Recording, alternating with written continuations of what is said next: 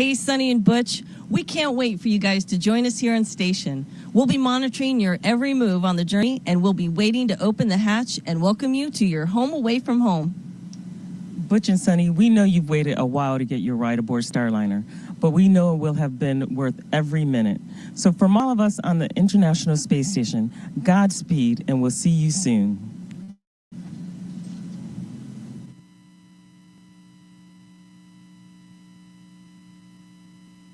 As we prepare in less than an hour to launch 2 astronauts to space during this test flight, let's check back in with NASA's Antonio Jaramillo, who spoke earlier today with NASA's top administrator about this mission. It's always an honor to be joined by NASA leadership, and joining me today is NASA Administrator Bill Nelson. Administrator Nelson, can you tell us why it's so important for the space agency that we have another American space company launching from American soil? You always want to have a backup position, and in this case, a second spacecraft. For example, when we go to the moon, we will have 2 landers. We will have a SpaceX lander, that's first, and then the Blue Origin lander. But this is a significant launch of a test of a brand new human-rated spacecraft, and it's only 6 in the history of NASA. There was Mercury, Gemini, Apollo, then the Space Shuttle, then Dragon, and now the Boeing Starliner launching for the first time with humans on board. That's right. It's very historic, very important. And you touched on this. Why is it important in general that we do have multiple spacecraft available to send humans to space? Because we want to explore. We are exploring in many different ways with humans as our astronauts. We go back to the moon, not just to go to the moon, but to get ready, to learn, to live, to create in order to go to Mars. But that's just one part of our space program. The science, research, the exploration of the heavens, the commercial program. We're going back to the moon later this year with a commercial lander with a NASA instrument that's going to dig to see if there is water on the South Pole.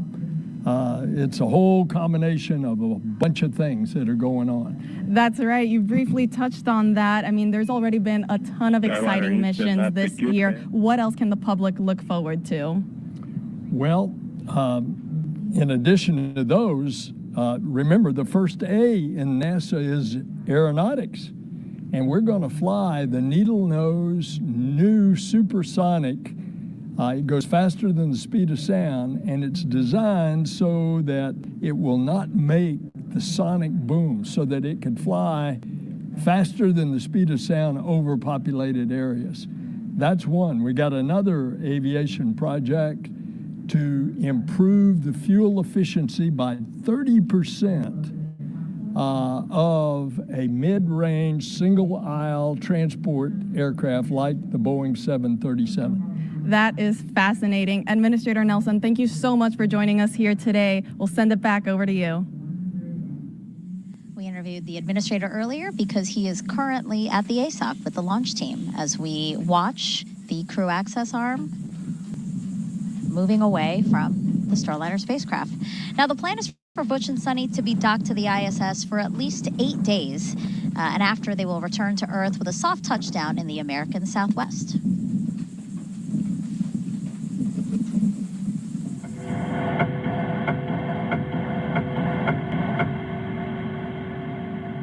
There, this is video and sound from inside Starliner during its return to Earth 2 years ago as part of the Orbital Flight Test 2 mission. Its heat shield reaches 3,000 degrees Fahrenheit during re-entry, and parachutes are then deployed, and the heat shield discarded to expose Starliner's airbags. The original test pilot, Rosie the Rocketeer, you see there, collected data of what astronauts might experience during landing.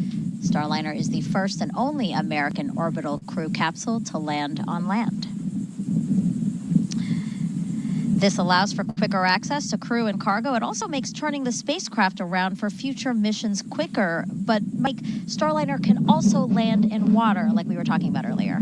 Yes, Starliner is a very capable spacecraft. Of course, we want it to land on land for the reasons you said. I love those airbags. I can't wait to ask Butch and Sunny how good those are. But in case of emergency, we can land on water.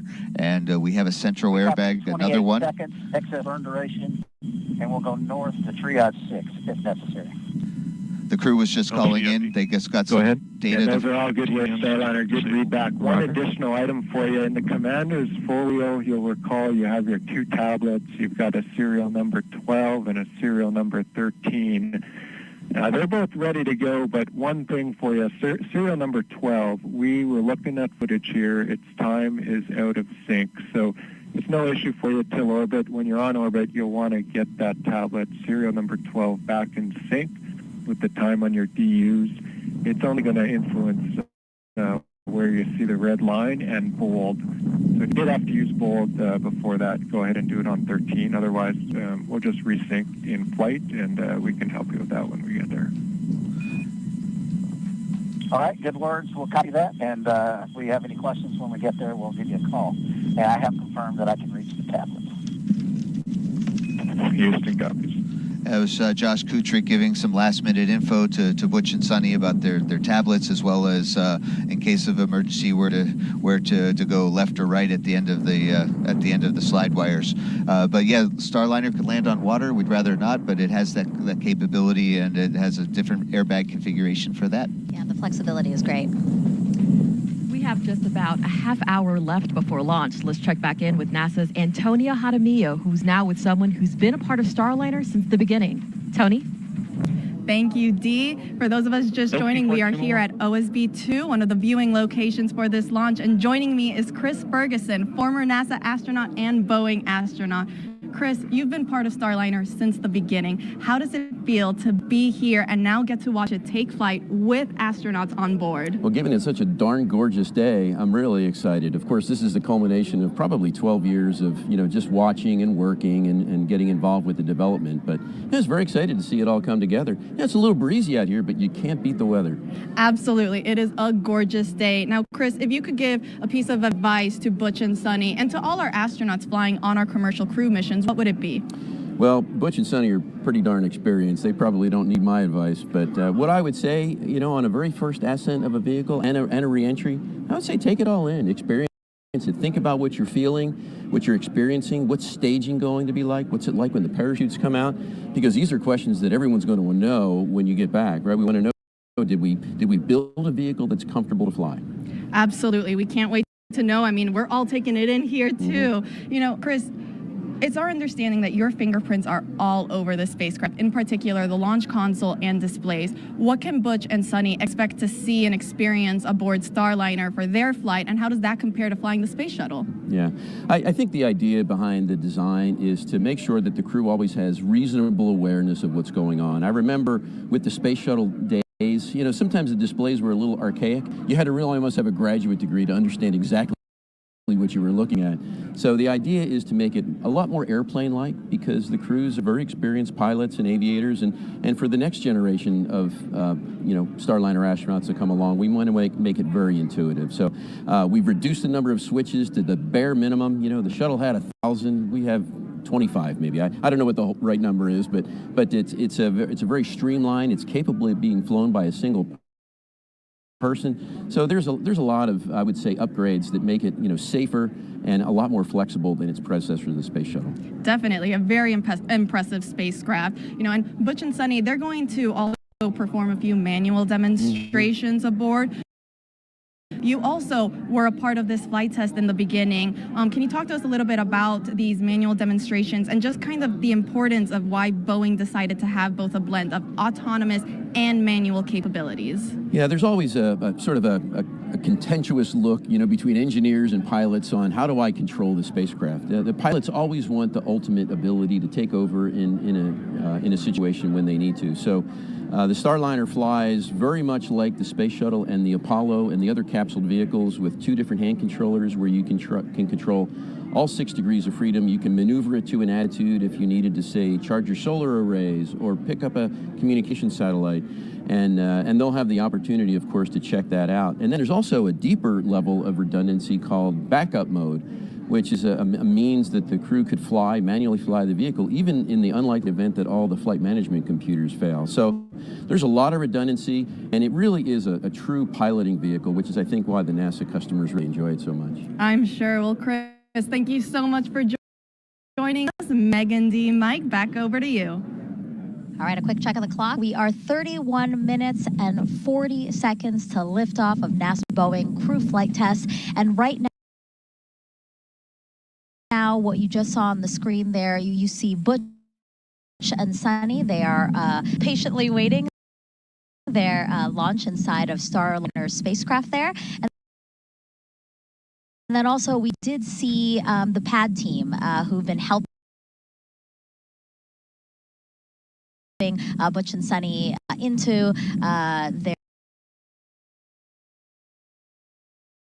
their spacecraft, as well as securing the spacecraft and closing the doors. They have since left the pad, right, Mike? Absolutely.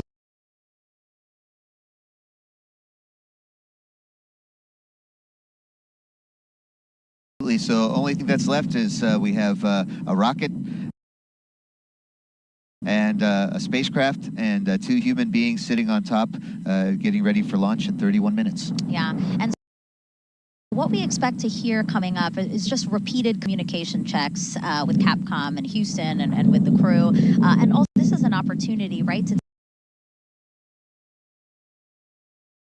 discuss any anomalies or resolutions, but we haven't heard anything. Yes, I think we hopefully got that out of our system earlier. And here we go. Go ahead. Yes, sir. Per step 20, operation of 60, blast engine area is clear. Roger. They just confirmed that that it is just indeed the rocket, spacecraft, and 2 human beings. And so, yeah, so we'll hear those continued checks, and this is just an opportunity for some status updates if needed, right? This is kind of time that's built in to allow for discussion if needed. Absolutely. We're waiting for the Earth to rotate in just the right position for that instantaneous launch window. And any anomalies we had, we got out of the way. And now everybody is 30 minutes. Double checking their data. RC, conduct weather briefing on Channel 8 weather conference. And the weather. Right. Roger. Arm control, start arm hydraulic final prep. Roger. Blocks 1, perform pogo suppressor charge. Roger.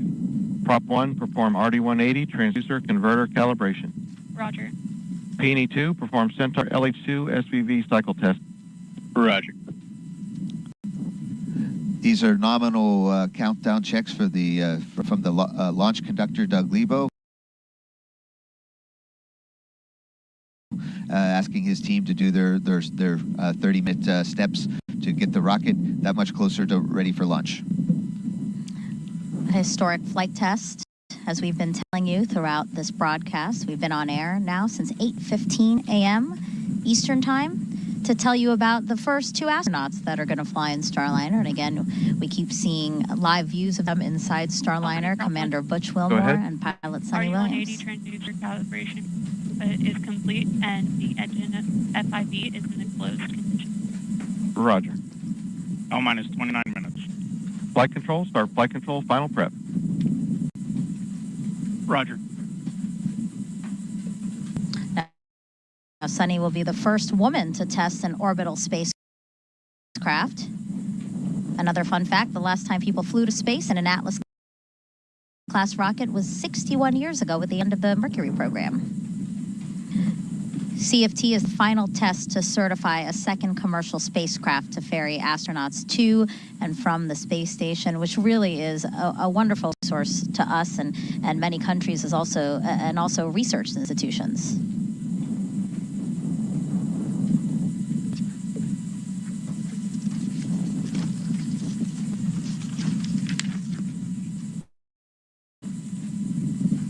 All right, again, 28 minutes. 5 seconds to liftoff. Let's head back over to Brandy and Jim inside Mission Control in Houston. LCP2. Go ahead. Centaur H2 SVV vehicle tests are complete. Flight test.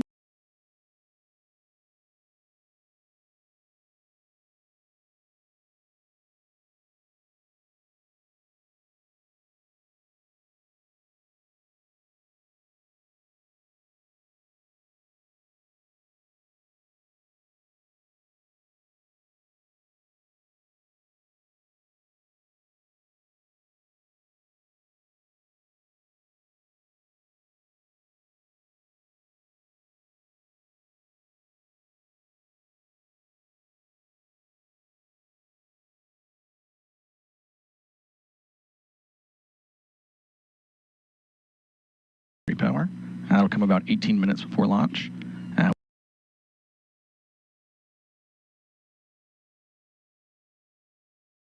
We leave it about as late as possible so that the team can launch with those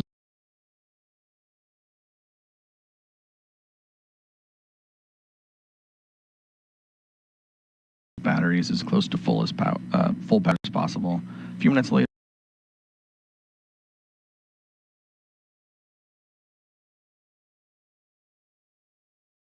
with less than 10 minutes to go before liftoff, Starliner's ordnance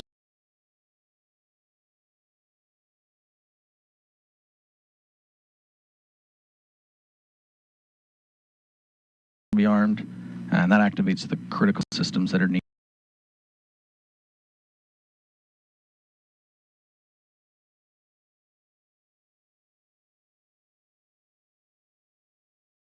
To detach all the things from Starliner that will ultimately jettison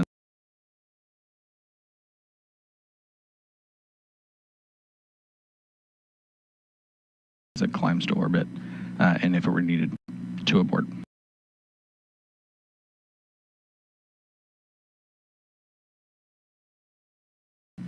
And finally, just 1 minute and 15 seconds before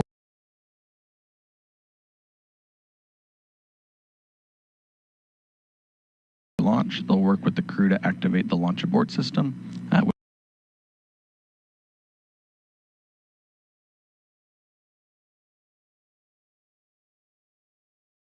which would rocket the crew to safety in the case of an abort.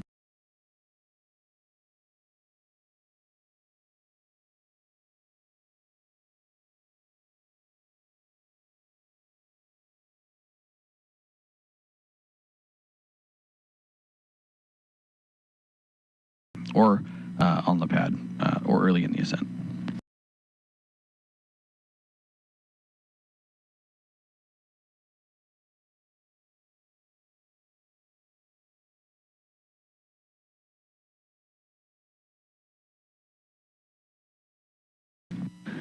This is likely the last you'll hear from us until lift.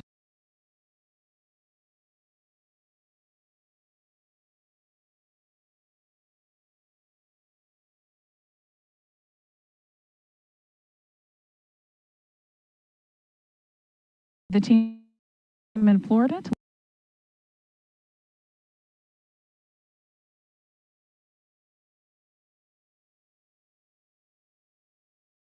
Let Megan, Dee, and Mike see us through the rest of the countdown.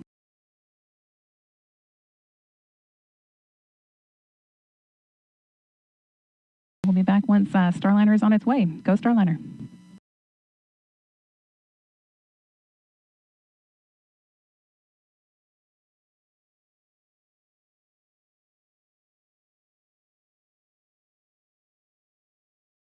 Brandy and Jim.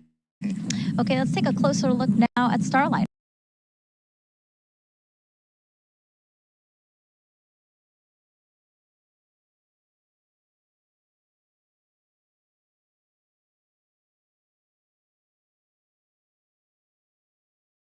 The next generation crew capsule measures 16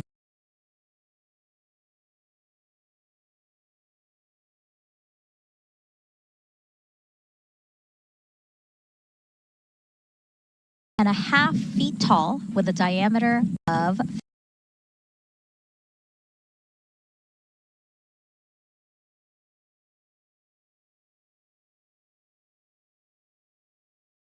15 feet. That's about the size of a mid-size SUV.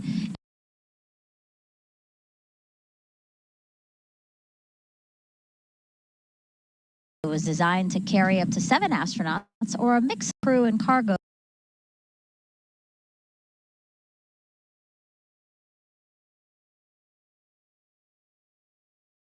For missions to the International Space Station.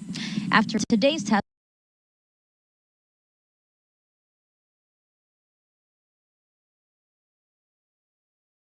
flight, NASA will fly crews of 4 or 5 with cargo.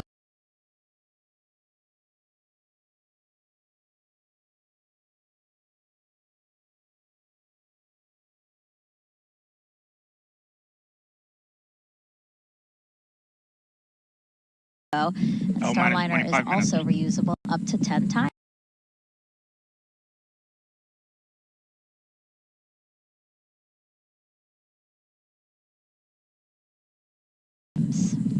Yeah, we're looking LCO to getting... Go ahead.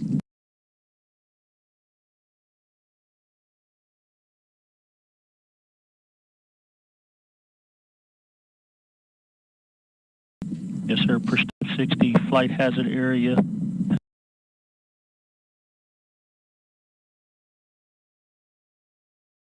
Has been cleared. All personnel accounted for. Roger.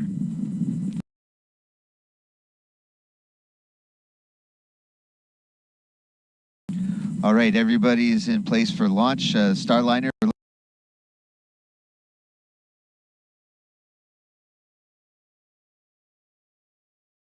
Looking forward to getting it certified so we can continue our missions to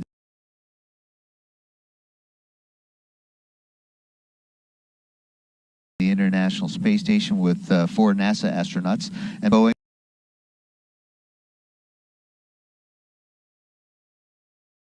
We'll have the option to use Starliner to fly to other space stations and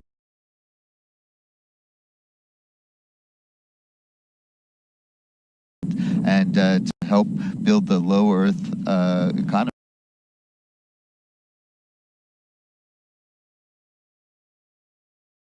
Low Earth orbit economy.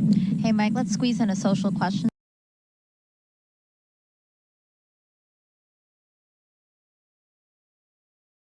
We've invited viewers to send them to us. This is from John on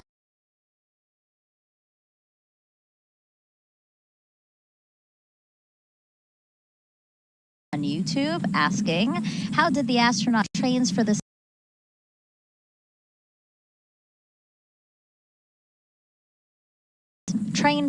mission? It's actually a question from a 10-year-old named Maddie.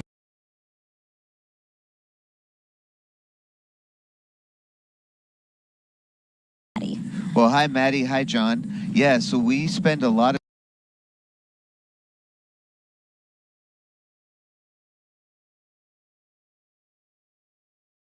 time practicing exactly what's going on today. We sit inside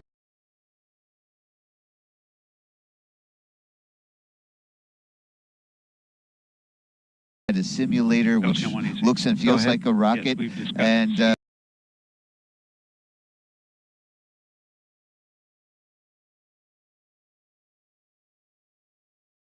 we push all the buttons and switches and look at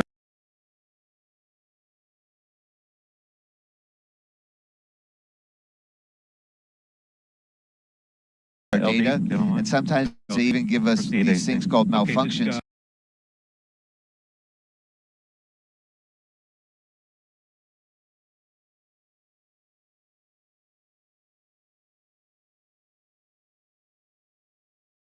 Which something goes wrong, and we have to think our way through it and follow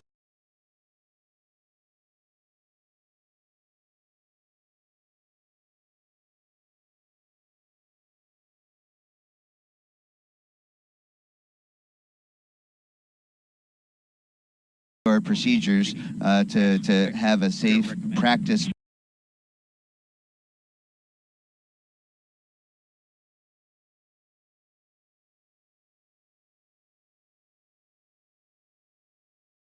Mission, and we do that for about a year and a half. In this case,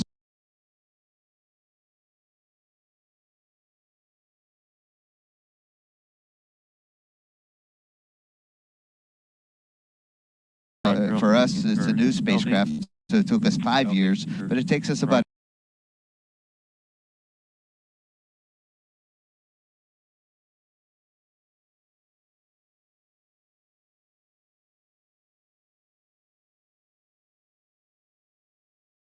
a year and a half to train for new spacecraft. Roger, please disable.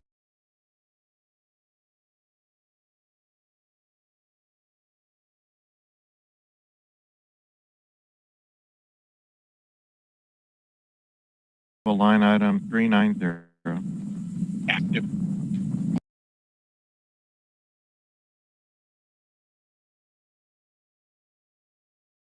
And some nominal call out there as we march towards our instantaneous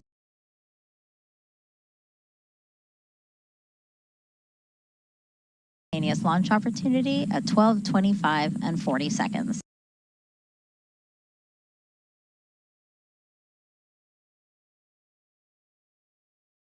It's really neat that we're hearing all the voice chatter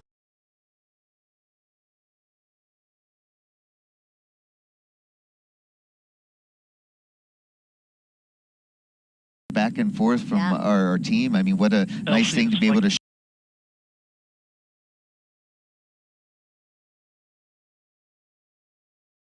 share with everybody watching today. Flight control final prep.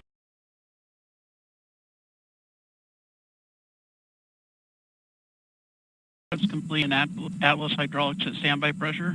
Roger.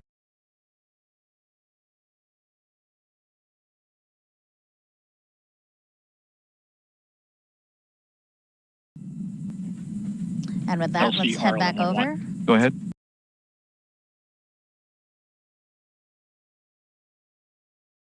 Line item 390 has been disabled. Roger.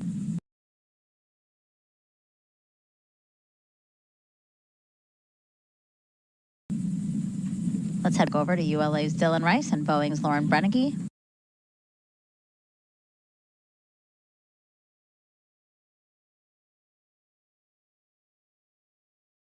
From the ASOC. Thank you.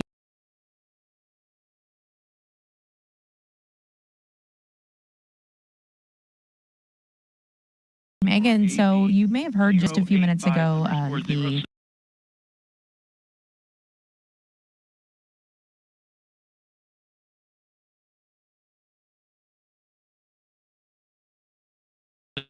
team talking about they're actually telling Butch and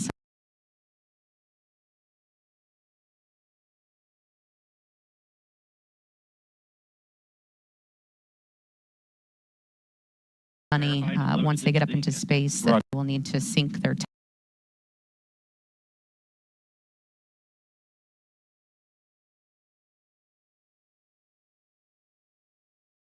tablet. Wanted to give a little bit of a perspective on that.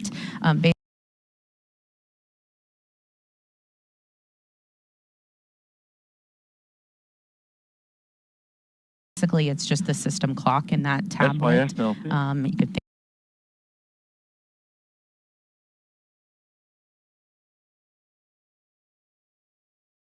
think of it as it's just like going down to the start menu on Windows.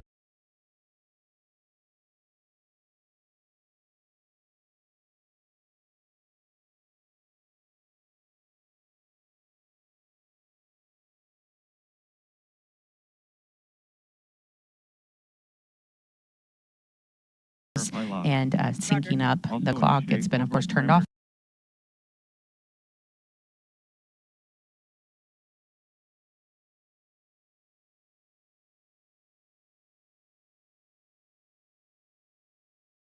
For a little bit, and not connected to internet.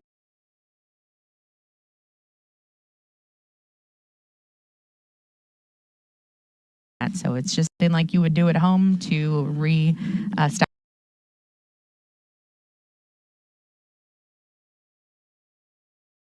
establish the new time on your microwave.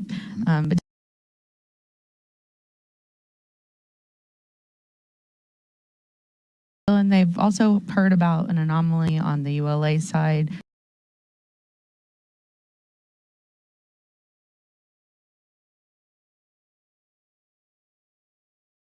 not a big deal, but let's give them a little bit of perspective on that.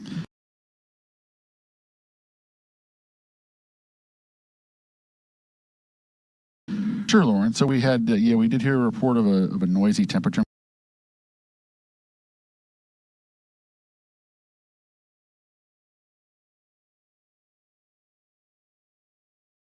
measurement, and this particular measurement is the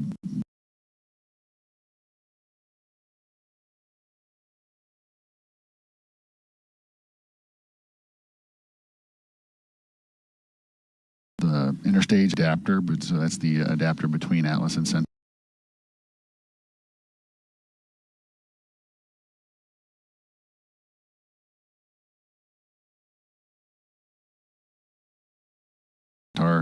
And this measurement is something that's automatically disabled when we enter our terminal count at T-minus 4 minutes. Oh, minus.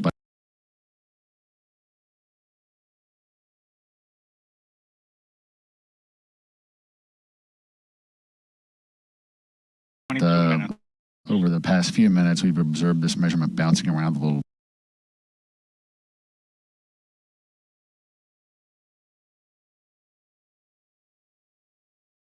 bit. So now that the vehicle is fully loaded with propellants and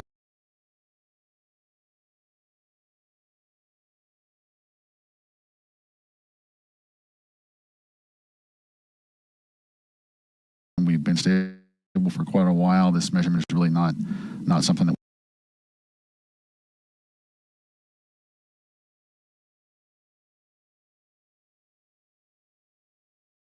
we rely heavily on when we're fully tanked and stable. So we're going to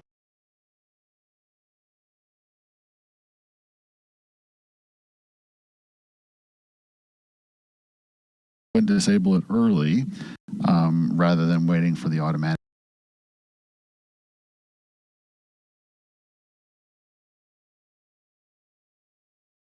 disable as we approach terminal count.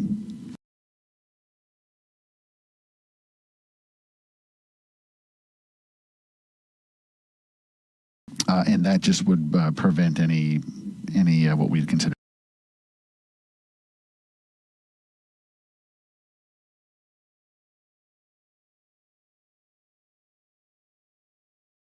be a nuisance alarm at this point. So nothing major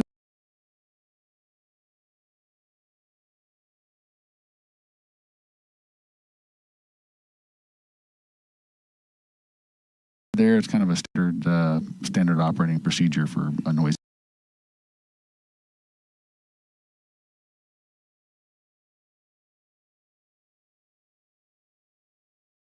measurement like this. And we are just a little over 21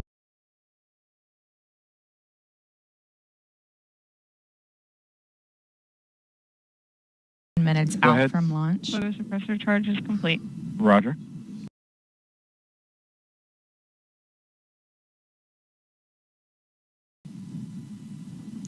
As I was saying, just a little over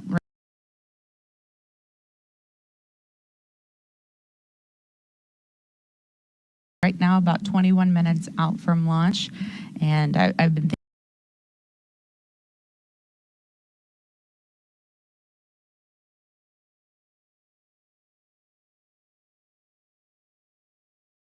thinking a lot about Butch and Sunny going back to the ISS for a third time.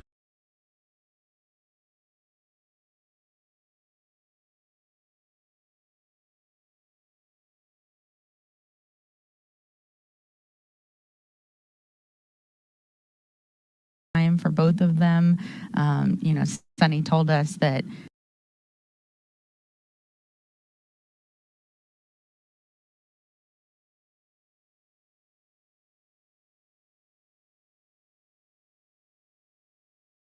really the ISS feels like home for them.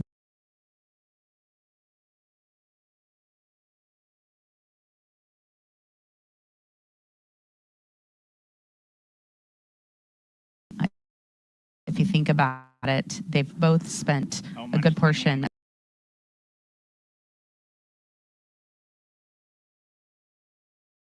of time there. They both spent 6 months in their first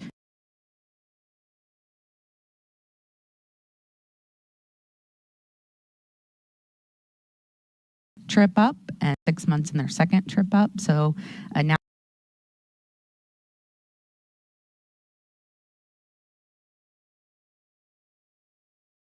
going back for their third time. They're going to a place that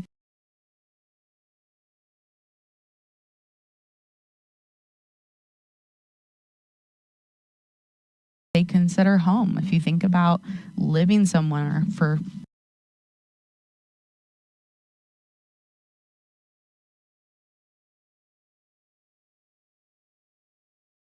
literally a year out of your life, it means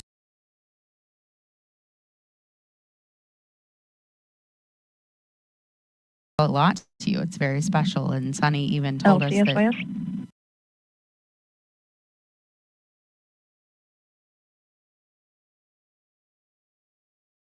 Go ahead.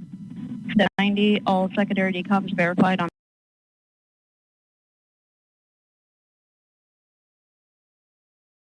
RF link. Roger.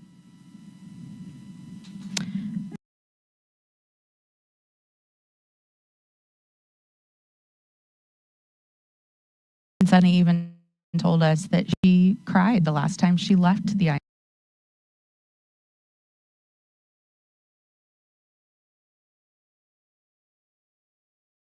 ISS because she thought it would be her last time in space. So you can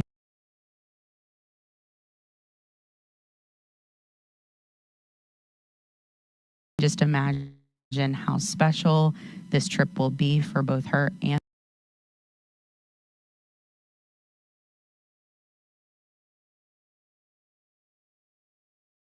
Butch, and we are getting very close now to that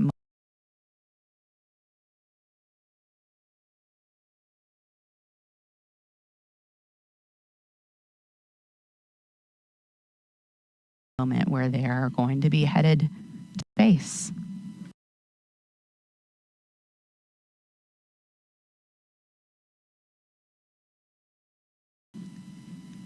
We are coming up on a call for the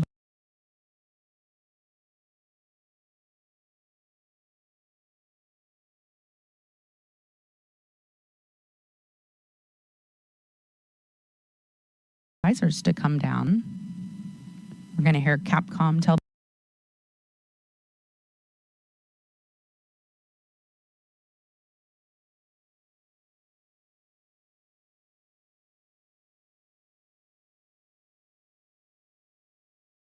to pull their visors down and to configure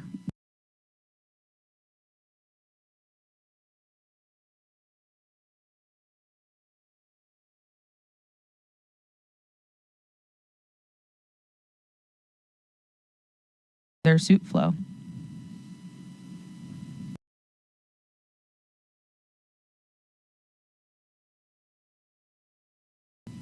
Oh, minus 20 minutes.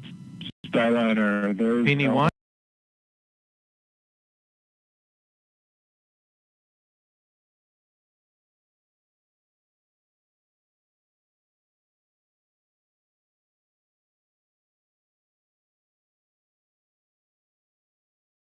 Reinitiate HV charging. Configure Roger. suit flow.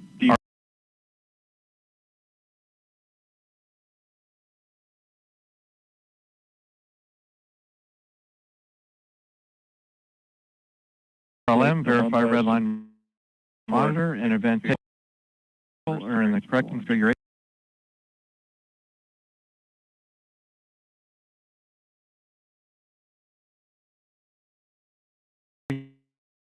For terminal count. Verified.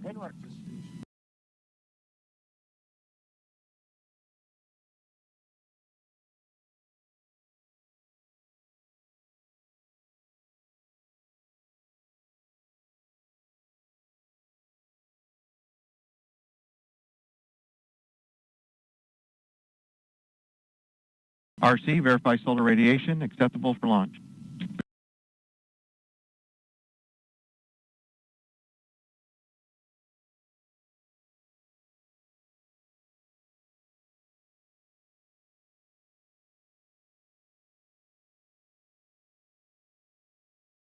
Verified.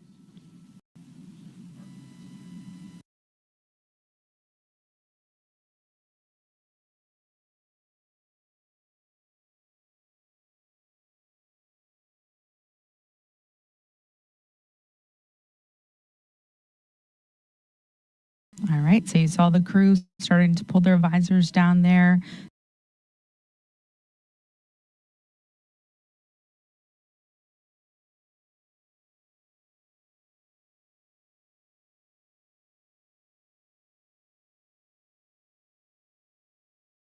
That configuration is needed for proper airflow through their suit.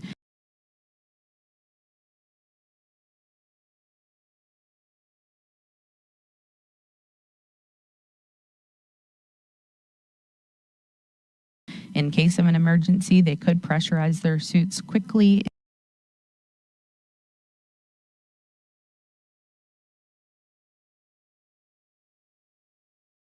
If needed.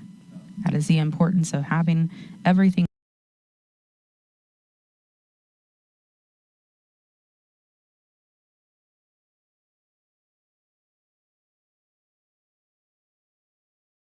zipped up and ready to go. And they really enjoy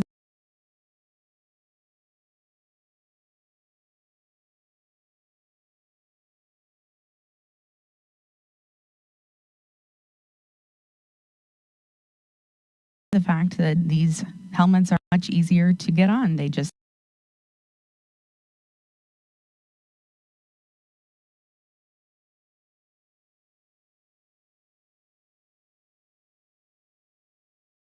sit back on their suits, just like a hoodie of a sweatshirt.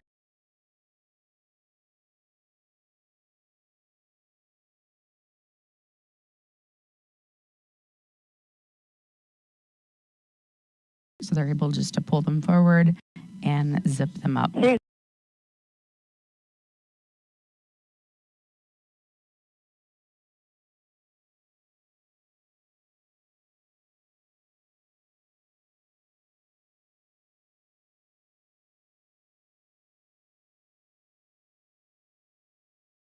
Starliner visor config complete.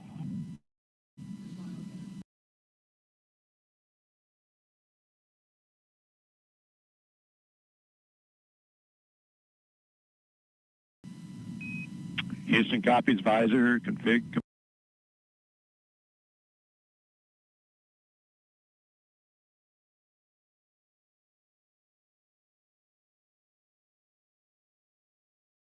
Complete.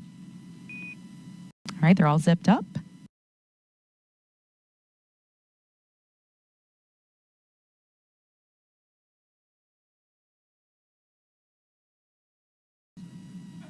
And this config All also calls communications, switch to channel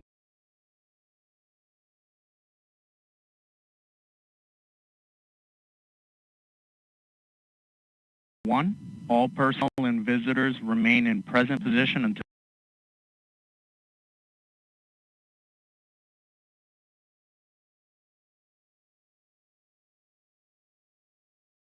launch. Maintain operational silence in the LCC.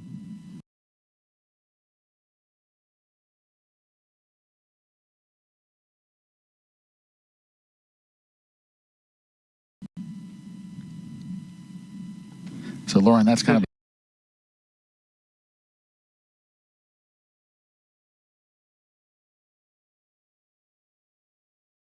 PLC with a terminal count briefing. If a condition exceeds the launch constraint,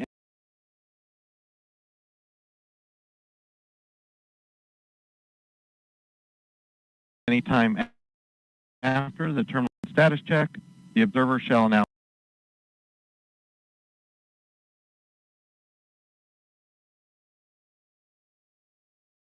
hold on channel 1, identify their station, and briefly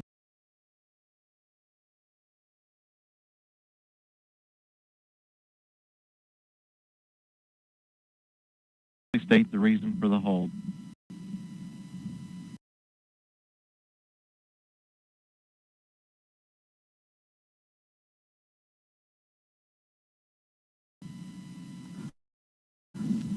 so, Lauren, we just heard a couple of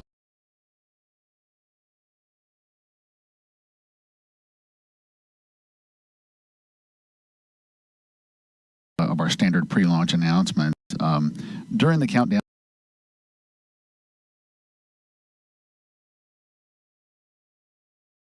on the individual teams, so think of the Atlas propulsion team, the Centaur propulsion team,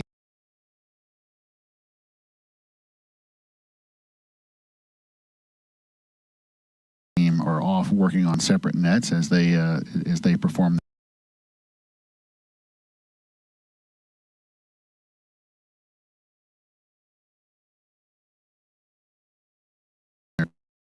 Their functions. All that work is complete, and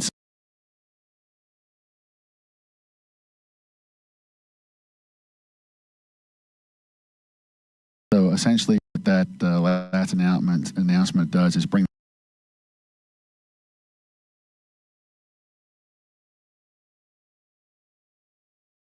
the entire team back to the primary command channel, loop one.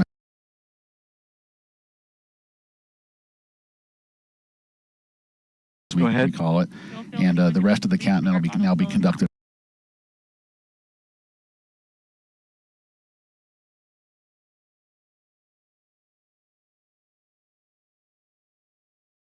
on net one. Roger. And we'll all kind of hear that together.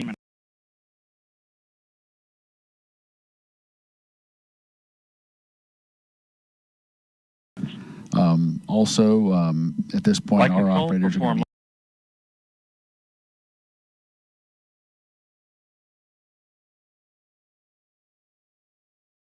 heads down. Verification. Roger.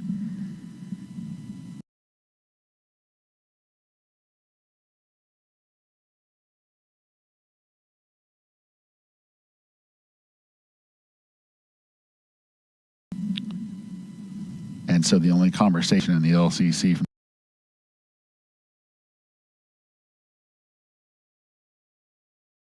this point forward is going to be the working through the launch procedures.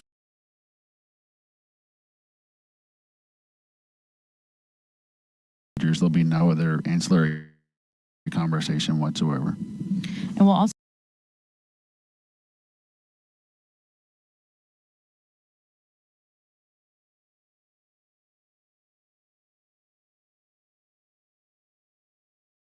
be listening to some of those side channels that aren't public on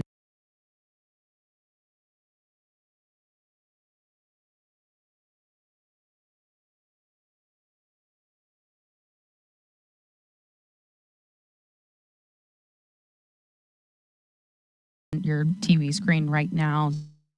So we'll be listening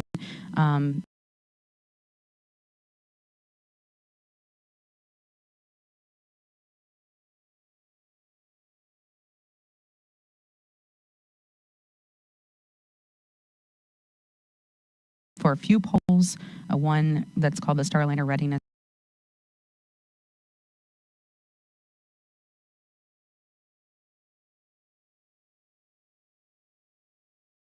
poll for terminal count and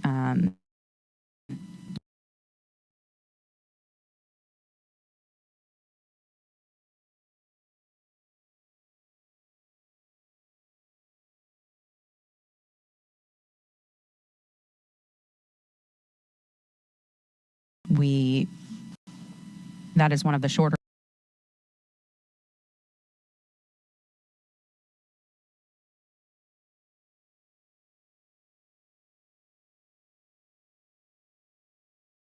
polls, and it will be coming from the Boeing mission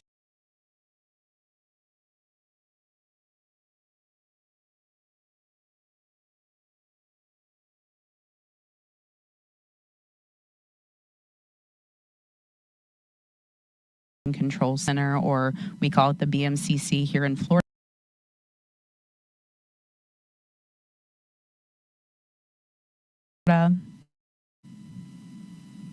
The spacecraft launch conductor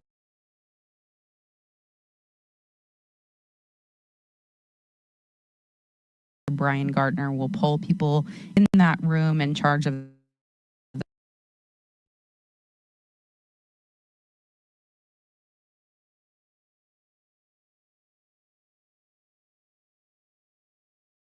propulsion system and power and many other subsystems.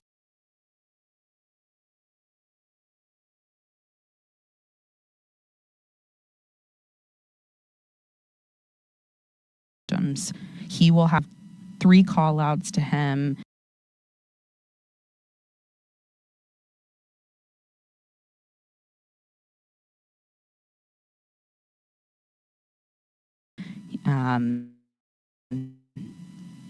minus 17 minutes.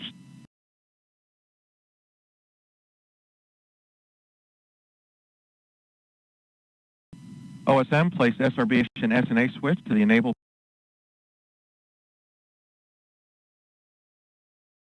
position.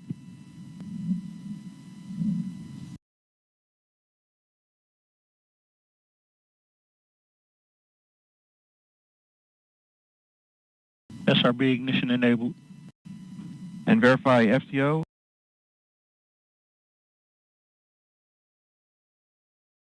RCO and OSM hold fire switches are in the proceed position.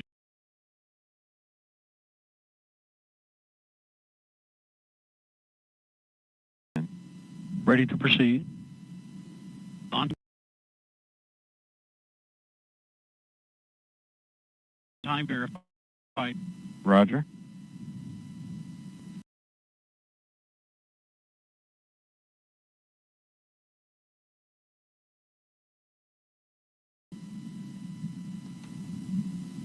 And LCP.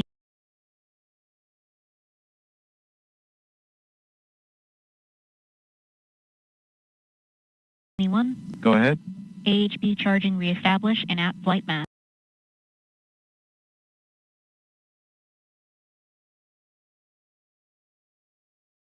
Roger.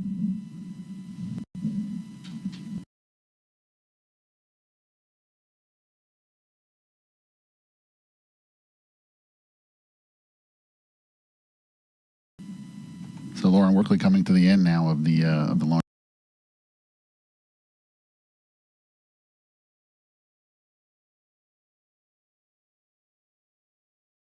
Vehicle pre-launch procedure, and we're just about 7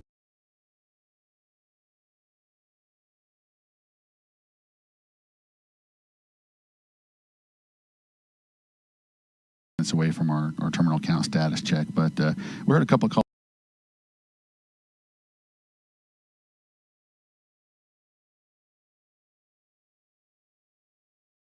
outs there that one of the range safety representatives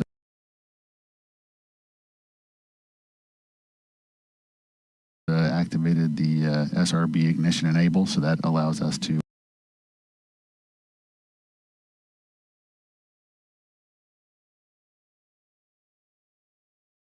fire the SRB ordnance circuits that ignite the SRB.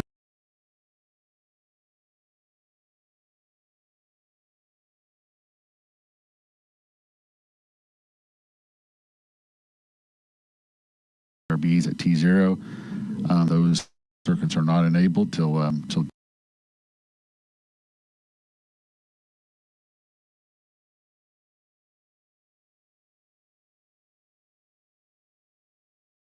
just as we heard, just a few moments ago. minus 16 minutes.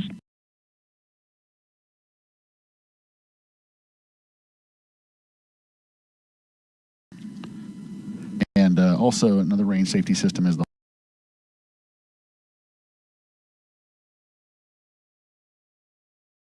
hold fire system. So there are remote switches at the space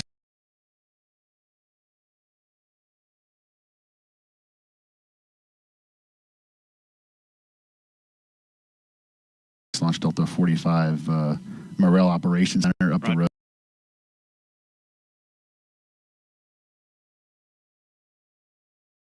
road. And if any of the range safety representatives see an issue,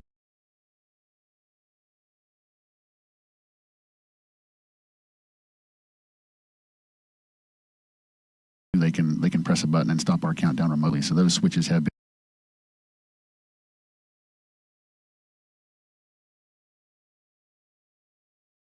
been enabled as well.